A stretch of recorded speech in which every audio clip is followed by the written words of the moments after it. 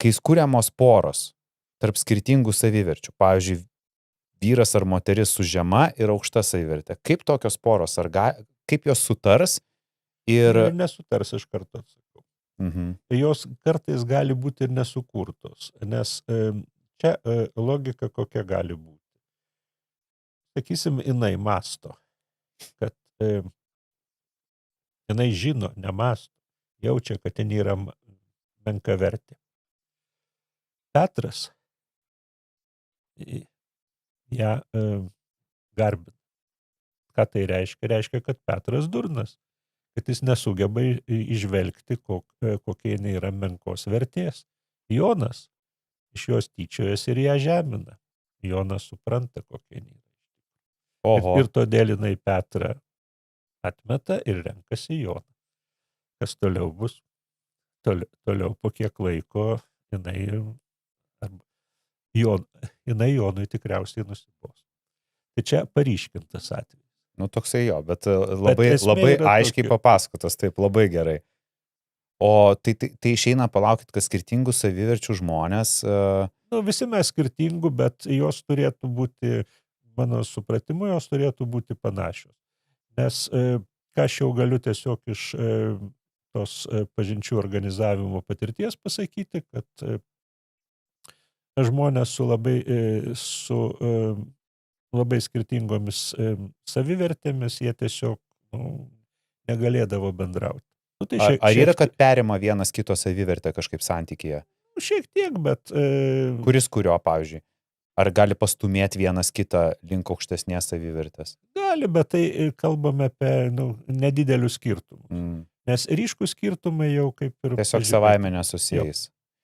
Yra dar vienas, į ką verta tame susijime atkreipti dėmesį, kad jau ką daug kartų kalbėjome šiandien, kad žmogus, jisai perima šeimos visą tą ugdymo aplinką. Bet ką reiškia perima? Reikia išskirti tipus, kurie vienokie ir kitokie. Tai šitoje visoje asmenybių gausoje galima išskirti du tipus.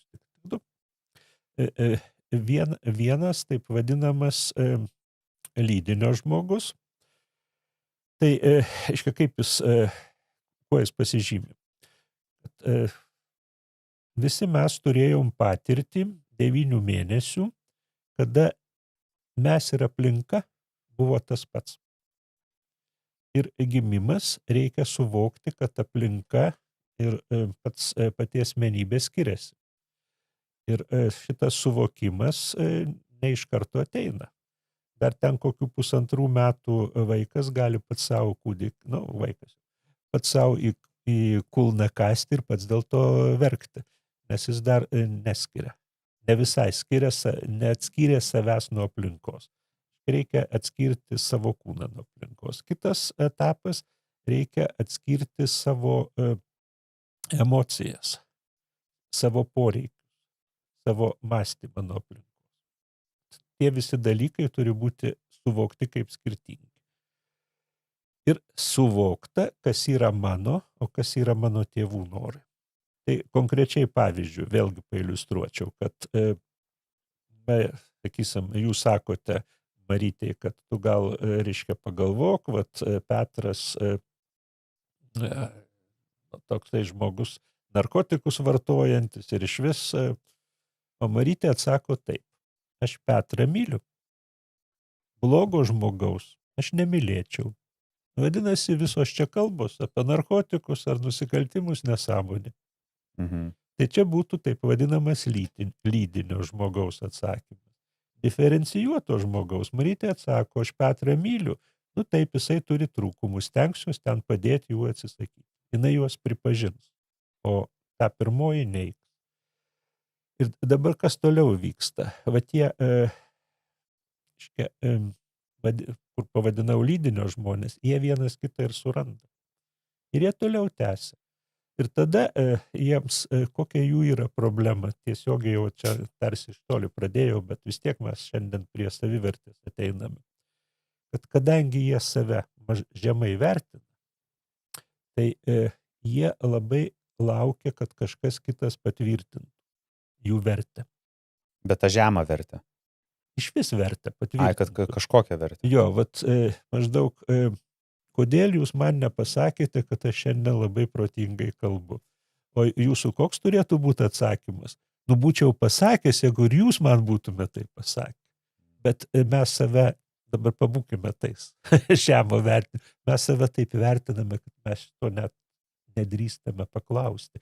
Mes tiesiog žiūrime ir galvojam, nu kada jis jau čia šeimoje. Vienas į kitą žiūri ir laukia jausmų patvirtinimo, sprendimų patvirtinimo. Vėlgi susiję su stresu, nes ir tie žmonės puikiai gyvena, jeigu nepatiria streso. Bet vienas niuansėlis labai svarbus, kuris matomas visuomenėje. Tie žmonės su žemesne savivertė, ko jie netiki? Jie netiki, kad gali kažką duoti kitiems. Ir jie labai domisi, kad kaip gauti. Tai pažiūrėkite į didžiąją dalį blizgančių žurnalų. Jie kaip tik yra pasakojimas apie tai, kaip gauti. Kaip gauti figūrą, vyrą, darbą, dar kažką tai. Straipsnį, kaip kažkas kažkam davė. Oi, nėra beveik. Nu, beveik Vienetai. nėra. Todėl, kad skaitytojo nėra.